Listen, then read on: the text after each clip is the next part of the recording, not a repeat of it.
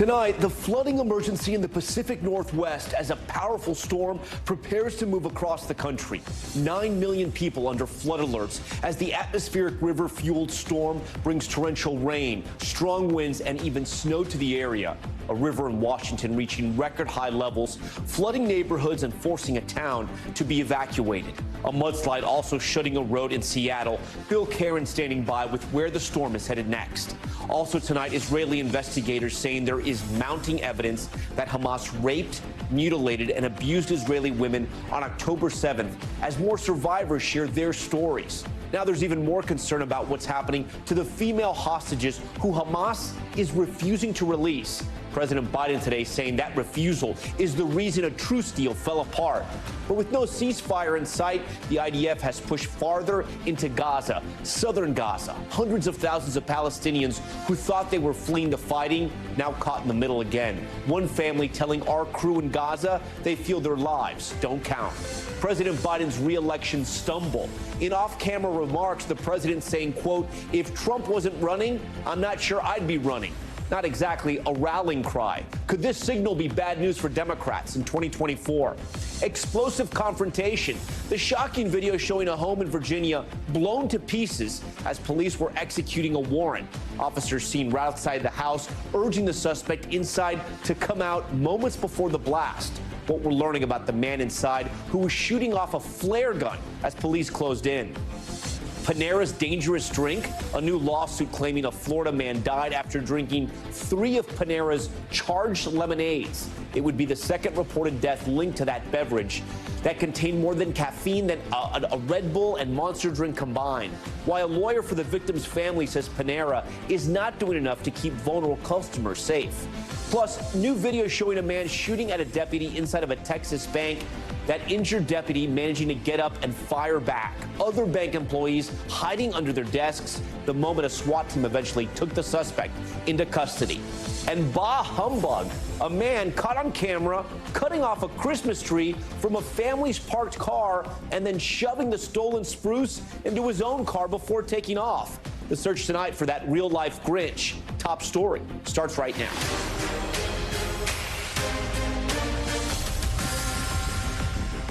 And good evening. Let's get right to that flooding emergency in the Pacific Northwest. A powerful storm drenching parts of Washington. As we come on the air, rivers in the area have started to overflow. This is the scene in Granite Falls. This is about 50 miles north of Seattle. Floodwaters reaching homes, the water levels up the stairs and garages in some cases, as you see. And the flooding also washing out roads. Our NBC News crew capturing these images around the Seattle area.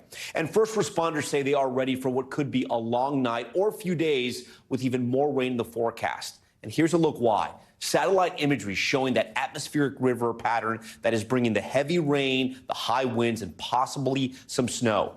Bill Cairns will take a look at where the system is heading in just a few moments. But first, let's get right out to Miguel Almaguer, who is live in Seattle tonight with what's happening. And Miguel, we see the rain there pounding you pretty hard, and that river is raging.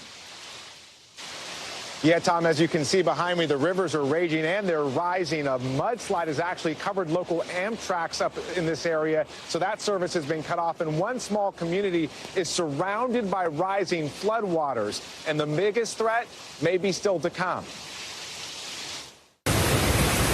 A powerful, unrelenting torrent is tonight cascading across communities outside Seattle. Dangerous walls of water fueled by days of drenching rain, leaving some 9 million people across the region under flood alerts.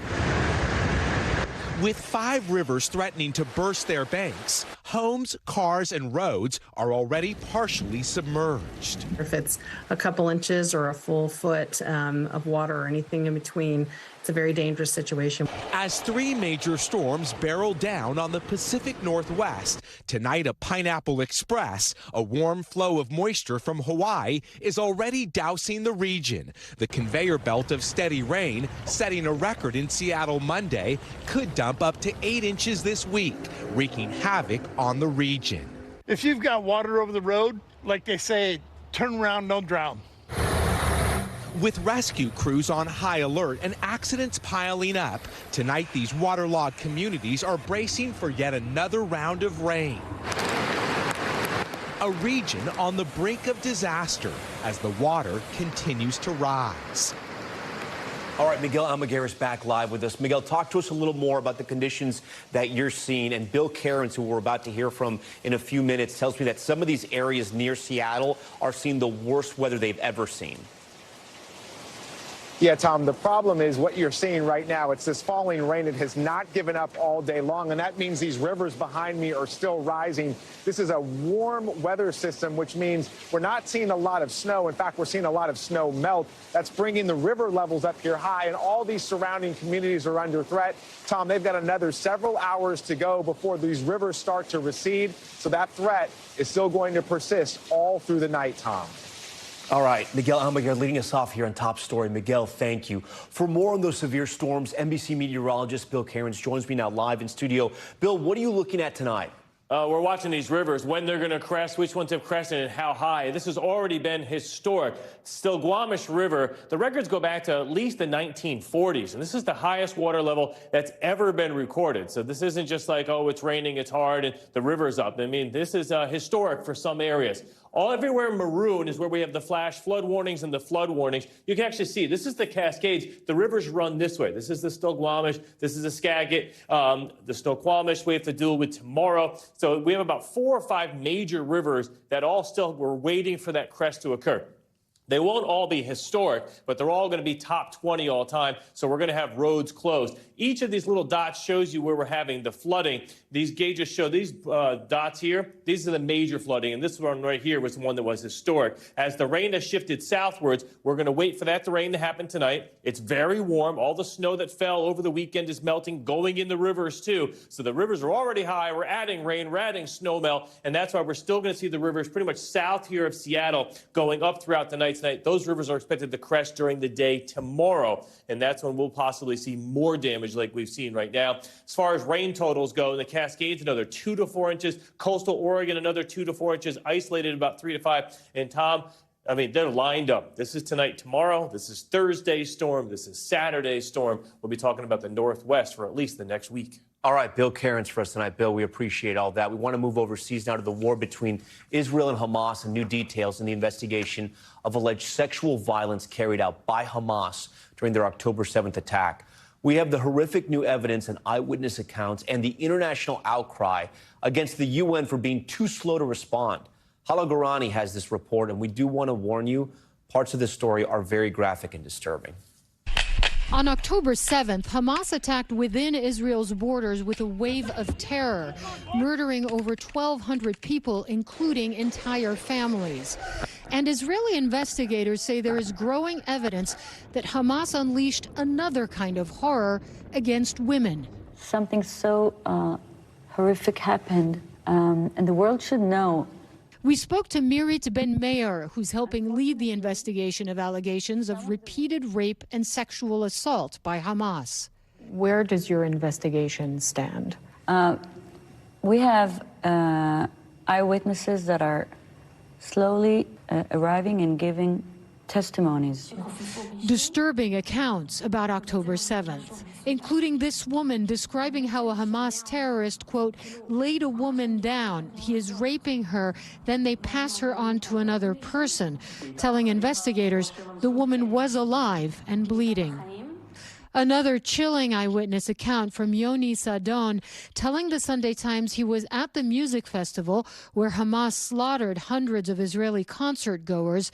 He hid under dead bodies, saying he saw a, quote, beautiful woman with the face of an angel and 8 or 10 of the fighters beating and raping her.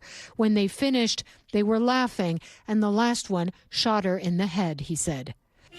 Hamas has denied committing sexual crimes against women. Israeli officials say the investigation is challenging because most victims were killed. But among the evidence seen by NBC News, graphic photos of women's bodies with obvious signs of sexual assault, including some naked from the waist down.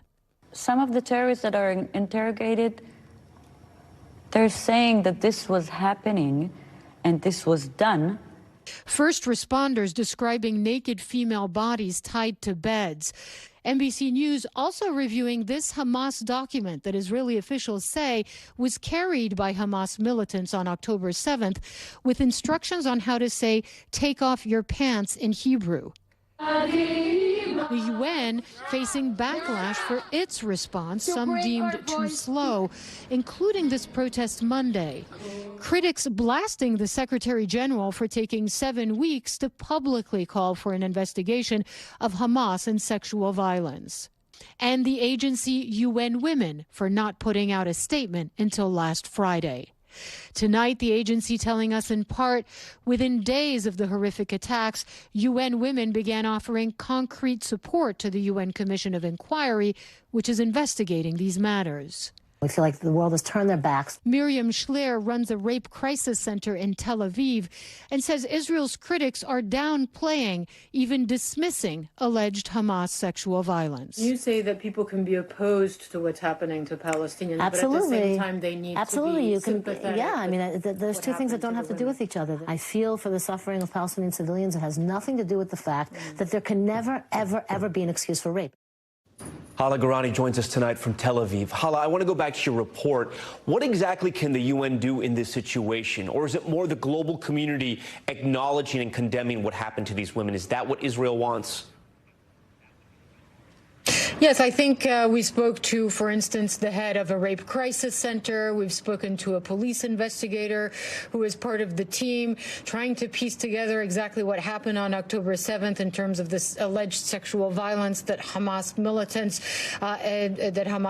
unleashed on women and in some cases men. They told us that they really have been disappointed and frustrated by the silence from international organizations, women's rights groups, human rights groups as well. One of the people that we spoke to in our reporting over the last few days said, look, you can condemn Israel's military strategy in Gaza all you want. You can support Palestinians, but it doesn't mean that you should be able to dismiss the suffering and the crimes that the women and men on October 7th were a victim of. And that's what they have found frustrating, Tom. And then, Hala, what has Israeli Prime Minister Benjamin Netanyahu said specifically on this issue? Well, on this issue specifically, after a very tense day where he was confronted by the relatives of hostages, he said in Tel Aviv that the women's organizations and the human rights organizations, he asked the question, where the hell are you?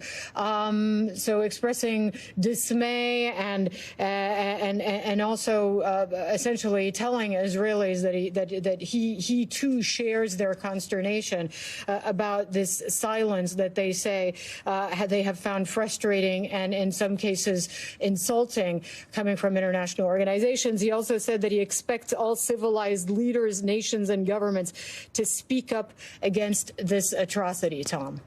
Hala Garani for us from Tel Aviv. Hala, thank you. Staying in Israel, the country's military pushing farther into southern Gaza today in what it calls the most intense day of the ground operation. Now many civilians are left with nowhere to go. NBC's Richard Engel has more. The UN's humanitarian chief says every time it looks like it can't get more apocalyptic in Gaza, it does. These images are from Deir el-Belah in central Gaza today.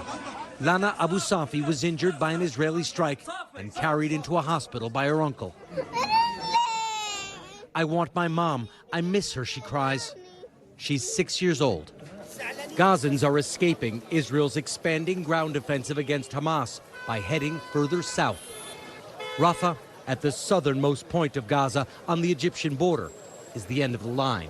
The town is now so overcrowded, families live on the curbs. Gazans say they feel abandoned, that their lives don't count. A man notices our camera filming and says, don't bother, nobody cares. Zakaria Kadum just saw his niece's body under what's left of his family home. Zakaria returned to dig under the house hit this weekend to look for his relatives. My love, he says. His mother, father, sister, and brothers, and their children were all killed. Israel says it's warning Palestinians where to go to avoid strikes. We've been making, again, with everything we have in our capabilities, every effort we can to facilitate the movement of civilians in the south in order to mitigate civilian casualties. There are still 137 hostages in Gaza. 5-year-old Amelia Aloni went back to kindergarten today. She was kidnapped by Hamas and freed during last week's ceasefire. And in the United States, a warning from the FBI director about the increased possibility of an attack in the U.S. following the Hamas terror attacks on October 7th. I see blinking lights everywhere I turn. Richard joins us again tonight from Jerusalem. Richard, I want to go back to that moment we saw in your story there where one of the NBC crews captured that moment, filming those Palestinians in Gaza and then essentially saying, you know, why even bother? Nobody cares about us. Talk to me about that moment, because these people obviously have not seen sort of the world reaction to the bombing of Gaza, and they're also at a point now where they have nowhere to go. So it happened more than once. So our crew in Rafah was filming, and there are not that many camera crews in Gaza at the moment. So it is quite unusual. It attracts a lot of attention. And he was filming street scenes, showing the crowds, showing how people are just sort of wandering around. They have no place to go. They have nowhere to stay. Some people are sitting on the ground. Some people are sleeping outside. And on more than one occasion, people walked past and said, "You're wasting your time. Don't bother. Nobody's listening. Don't even waste your breath." And we did an interview with a woman who's in southern Gaza with her family, said the same thing, that the world is watching. The world knows by now about what is happening in Gaza, but isn't moving. And so the only conclusion they can draw is that people see what's happening and have decided they don't care. Richard, do we have any idea how many people have been displaced in Gaza? The numbers are very hard to come by. The UN has released some figures. Rafah, which is not a big city in southern Gaza, has a population of anywhere between 250,000, 280,000, some say 300,000. The population has more or less doubled right now, and more people are coming because, according to the UN, about 600,000 Gazans are under evacuation orders. So a lot of them are heading south. Some of those people, all of those people potentially could head to Rafah. Rafah is not the only place on the border. There are other areas closer to the coast. But the populations all throughout southern Gaza right now are exploding. And there's simply not the infrastructure to handle them under normal circumstances, let alone while they're under attack. And many of these people who are being displaced more than once. Some of them come from the north, then they stopped in the center, then some people then went back to the north. We've interviewed people who've moved multiple times, 5, 6, 7, 8 times as they went from place to place because they didn't know where to go. Sometimes people make their own decisions about they make the wrong decisions. They go back to a place. It turns out to be dangerous. They go back to collect something. A million personal calculations that are always being made in Gaza right now. But the general trend is for people to be moving from the north to the south, and many of them ending up in Rafah. Richard Engel from Jerusalem tonight. Richard, thank you. Next tonight to Capitol Hill, where the presidents of 3 major universities faced intense questioning about the rise in hate on campus, with lawmakers accusing them of not doing enough to stop it. NBC's Stephanie Gosk has this story. On Capitol Hill, the presidents of 3 top schools, MIT, UPenn, and Harvard, grilled over a spike in anti-Semitism on their campuses. Your university is a hotbed of it. At the center of the hearing, tension over how to protect both student safety and free speech while combating anti-Semitism and Islamophobia. Disagreements about the conflict in the Middle East should never escalate to threats of violence. Harvard's president was asked about pro-Palestinian demonstrators calling for intifada on her campus. Can you not say here that it is against the code of conduct at Harvard? We embrace a commitment to free expression, even of views that are objectionable, offensive, hateful. It's when that speech crosses into conduct that violates our policies. In recent weeks, a number of Jewish students have told NBC News they worry for their safety. Why today a Jewish student is afraid to walk to the library at night. Congressman, let me start by saying I'm devastated to hear that, and the safety and security of our campus and our students in particular is my top concern. All three presidents are facing criticism for their response to hate rhetoric on campus. Each walked through new plans to combat anti-Semitism. Staff here at UPenn say they've received anti-Semitic emails and hateful slogans were projected on buildings. Now there's additional security at religious centers and a new anti-Semitism task force. Editors of UPenn's student newspaper spoke with us today on campus. I think the important part is to have respectful discourse. People do feel, on both sides, kind of feel like the space for open discussion and discourse has been lost. The presidents testifying on Capitol Hill told Congress today they're fighting hard to get it back. Stephanie Gosk, NBC News, Philadelphia. All right, we want to turn now to power and politics in the 2024 presidential race. President Biden making comments to Democratic donors today about his decision to run for re-election. Biden saying, quote, "If Trump wasn't running, I'm not sure I'd be running." Adding, "But we cannot let him win." The comments being made off camera at a fundraiser held at a private Massachusetts home. These comments come as Biden faces criticism from his own party on his decision to run for a second term. I want to bring in NBC News White House correspondent Mike Memley from Washington. So, Mike, look, Biden has been prone to sometimes saying things like this. I know the White House is out spinning these comments, saying this is the exact reason why he ran the first time. But it's not exactly a rallying cry, especially when your poll numbers are as low as his are.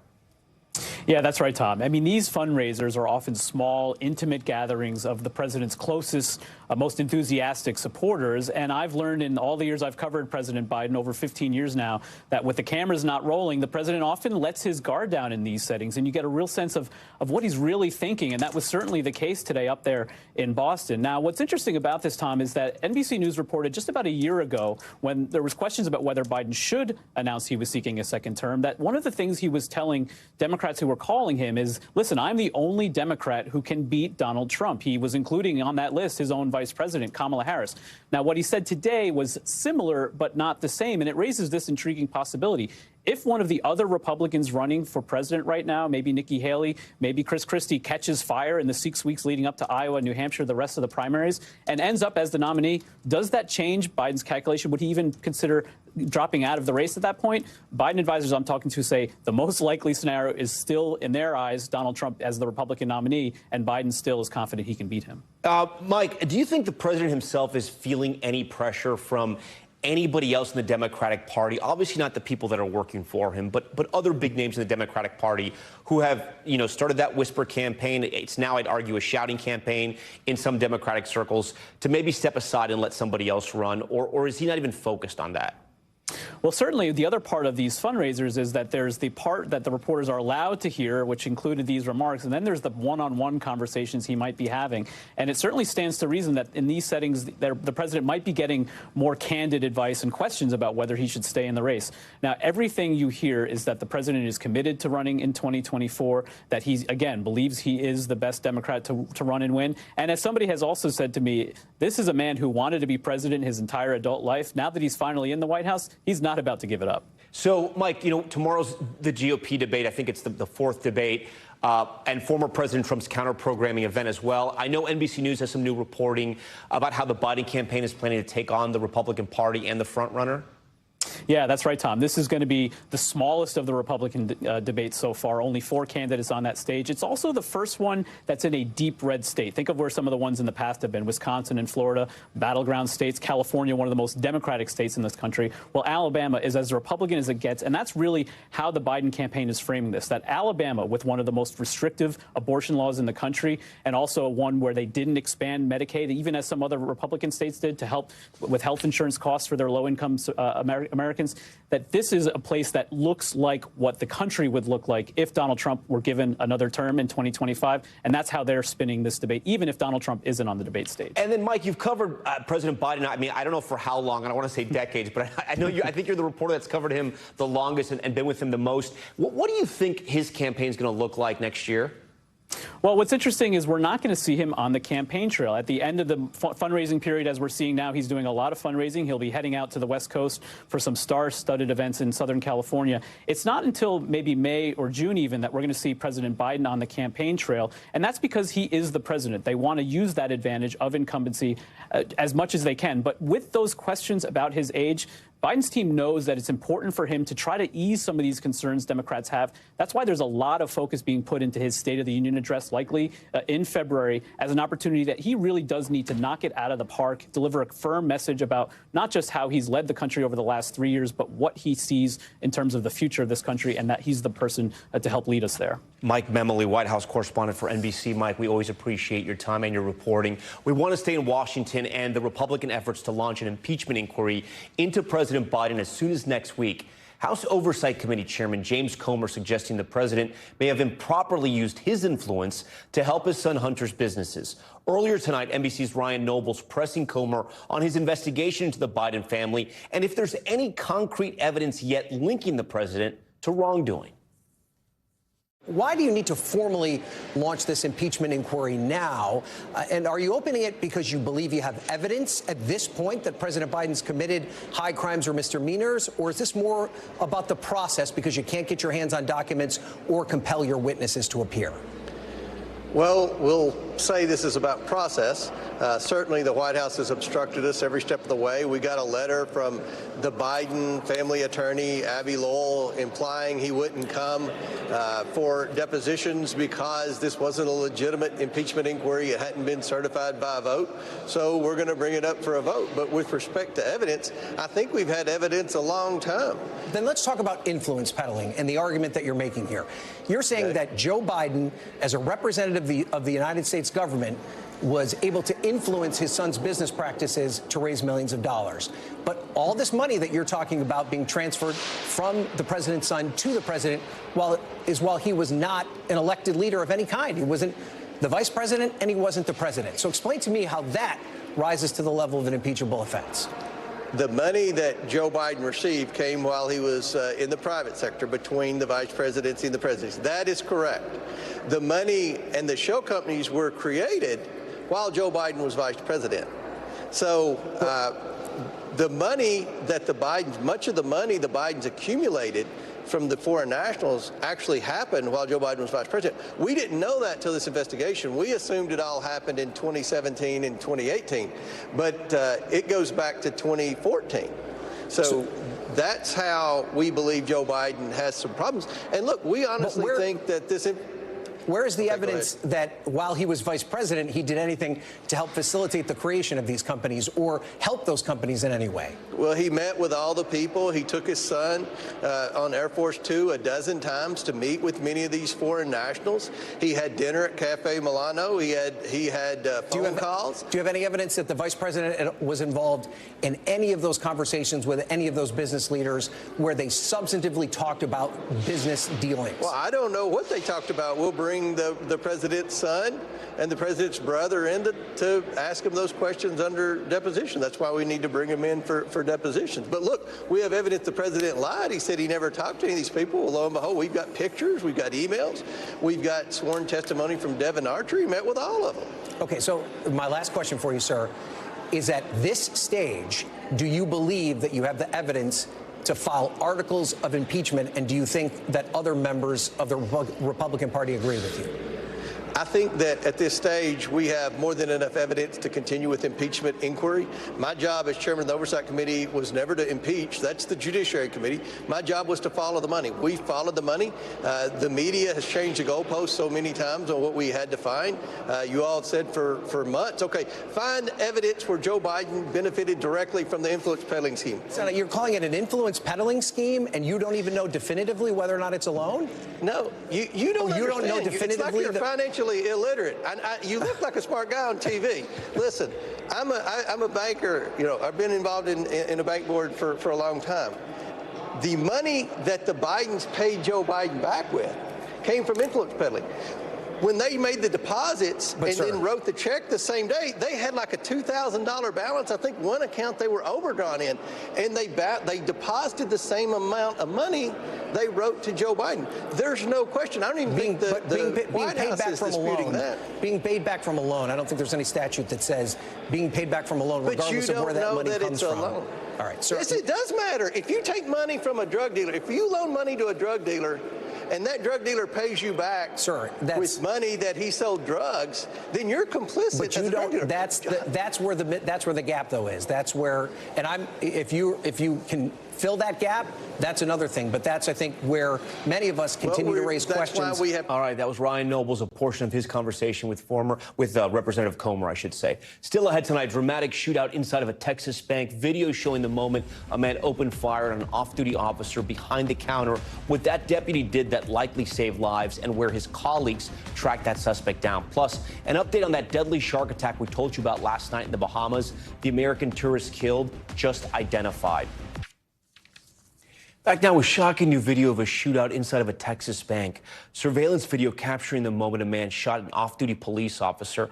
That deputy severely injured, but springing into action and firing back as other employees ran to take cover. NBC Stephen Romo with that dramatic video.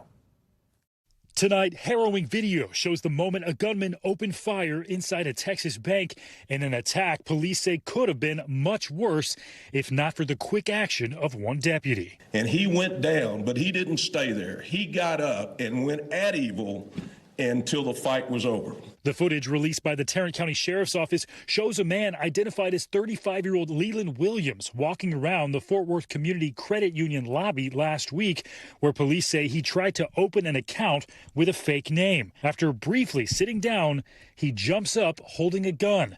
Williams seen from multiple surveillance camera angles lunging toward the counter and firing multiple times toward Deputy Brent Brown, who was off duty but in uniform and working security. Deputy Brown was hit twice, once in the upper chest, once in the lower abdomen.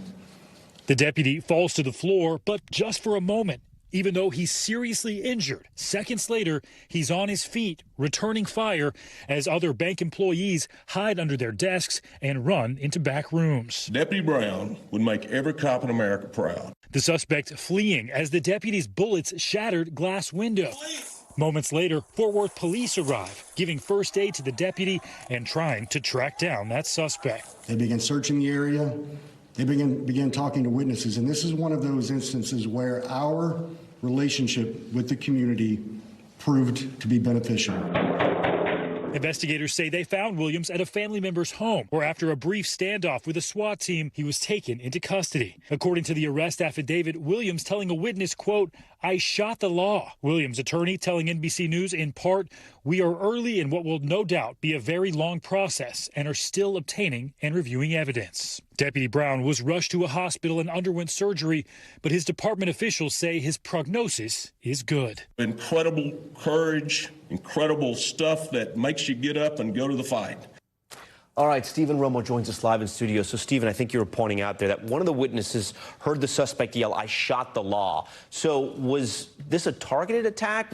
Was he trying to rob the bank? Was he trying to kill the cop? What was he doing? Yeah, there's no indication that it was targeted. He declined to speak with police after his arrest, so it's not really clear his motive. But they did speculate during that press conference we saw that the likely motive, they believe, is robbery. But more to come on that. Yeah, and then do we know how Deputy Brown's doing, the officer who was shot? Yeah, this is a pretty incredible update. We know that he's trying to go home already. He's on the mend. His department is saying that he's doing much better. He's actually asked the sheriff when he might be able to go back to work. So some very good news there, especially considering he was shot twice. Yeah, wild video and a wild incident. Okay, Stephen, thank you for that.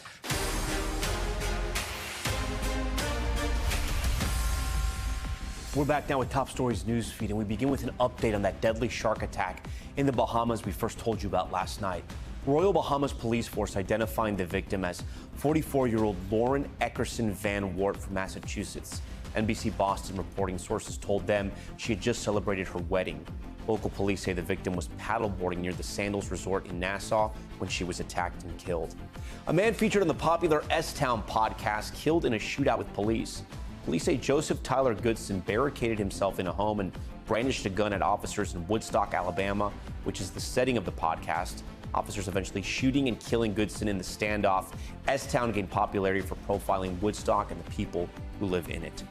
The U.S. reaching a grim new record this week, and according to a watchdog group that tracks gun violence, there have been 38 mass killings involving guns this year. A mass killing defined as shootings in which 4 or more people are killed, excluding the shooter. According to the Washington Post, that's the highest number since they began tracking mass killings in 2006. 197 people have been killed in those shootings just this year. And jewel thieves in Florida caught on camera during a $1 million heist. Surveillance video shows 2 suspects ransacking a jewelry store near Miami before using a stolen truck to pull a large vault through the front door. Police say the thieves came in through the wall of an adjacent business. They eventually were able to track the stolen tow truck through a GPS device inside that car. At least 2 people arrested, but police say they are looking for at least 2 others. And a real-life Grinch wanted in California. Look at this video. It shows a man cutting the wire holding a Christmas tree on top of the family's car in broad daylight at a shopping center in the Bay Area. He then pulls it down and stuffs the tree into the back of his own trunk before taking off. The tree nor the thief have been located just yet. Okay, now to a new proposal from the NCAA that could change college sports forever. The association's president, Charlie Baker, writing a letter to some of the country's top athletics programs, making a proposal that they pay their student athletes through investments in a trust fund. Morgan Chesky explains. Tonight, a bold idea from the NCAA president, proposing for the first time ever, schools be allowed to pay student athletes. The potential shift could impact a policy passed 2 years ago that allowed players to earn money through endorsements outside of school. NCAA President Charlie Baker now wants to allow schools to take part. In a letter to more than 350 Division I schools, Baker called for an entirely new athletic division to be created. Participating schools would invest at least $30,000 for each qualifying athlete, male or female, annually, and work with the NCAA to craft different rules for the new division. Baker noting 59 schools already spend more than $100 million annually on athletic programs. Schools already responding. I think it's going to be really good for college athletics, and we're excited to be a part of it. Let's finally figure out the best way to move forward in a way that takes care of our student athletes very well, allows us to be competitive across our conferences. Do you see this potentially leveling the playing field? Not particularly. College sports has never had a level playing field. If a school wants to spend a lot more money on football players and offer them a lot more, they can do that as long as they spend an equal amount of money for female athletes on the other side of that as well. A long-standing playbook on its way to changing. Morgan Chesky, NBC News. All right, coming up next, new details emerging about that massive explosion in Virginia. Video capturing the moment the powerful blast blew an Arlington home to pieces. What we're learning tonight about the man who police say barricaded himself inside with a flare gun. Stay with us. Welcome back. You may have heard about that wild explosion out of Arlington, Virginia. Tonight, we're getting some new information. Police telling us they were responding to reports that someone was shooting off flares from inside their home. Yes, flares. Well, when cops got there, things got really ugly, and then the neighborhood shook. All of it caught on camera. Here's Tom Costello. Neighbors in Arlington, Virginia feared this was going to end badly. Just after 8 o'clock Monday night, it did. A massive explosion lifting an entire home off its foundation. It started in the afternoon when police responded to reports that a man inside had fired a flare gun more than 30 times. That led to a standoff with a SWAT team armed with a search warrant. Then the enormous explosion that shook homes for blocks. We need all fire apparatus so we can get the house that's exploded, I believe. I thought it was actually probably either a car crash or a plane crash. This afternoon, police identified the suspect as 56-year-old James Yu, who several neighbors say acted erratically, covering his windows in aluminum foil. Police also confirm he posted online conspiracy theories. The suspect was inside the residence at the time of the explosion, and he is presumed at this point to be deceased. Thomas Joyce lived next door and says he wasn't surprised by the massive blast. He was not a stable individual. Police say Yu had no known criminal record, but had a history of filing unsubstantiated complaints with the FBI. Police still searching for a cause of the explosion. Police and the FBI say this was an isolated case, no ongoing threat to the community, though 10 homes were damaged. Thankfully, no one seriously injured. Tom? We thank Tom Costello for that report. We want to turn now to Top Stories Global Watch, and we begin with the deadly cyclone battering the southeast coast of India. Take a look at this. Video released by police shows the moments a woman in labor was rescued as the storm made landfall. She and her baby both safely making it to the hospital. The storm pounding the region with torrential rains and winds gusting up to 70 miles per hour. At least 13 people have been killed and thousands more evacuated. At least 12 people were killed in a catastrophic bus crash in Honduras. Authorities say the bus smashed into a bridge while skidding on the highway, then plunged into the gorge below. The crash happening just outside of the country's capital of Tegucigalpa. 24 others on board were injured. The president late today declaring a 3-day period of national mourning.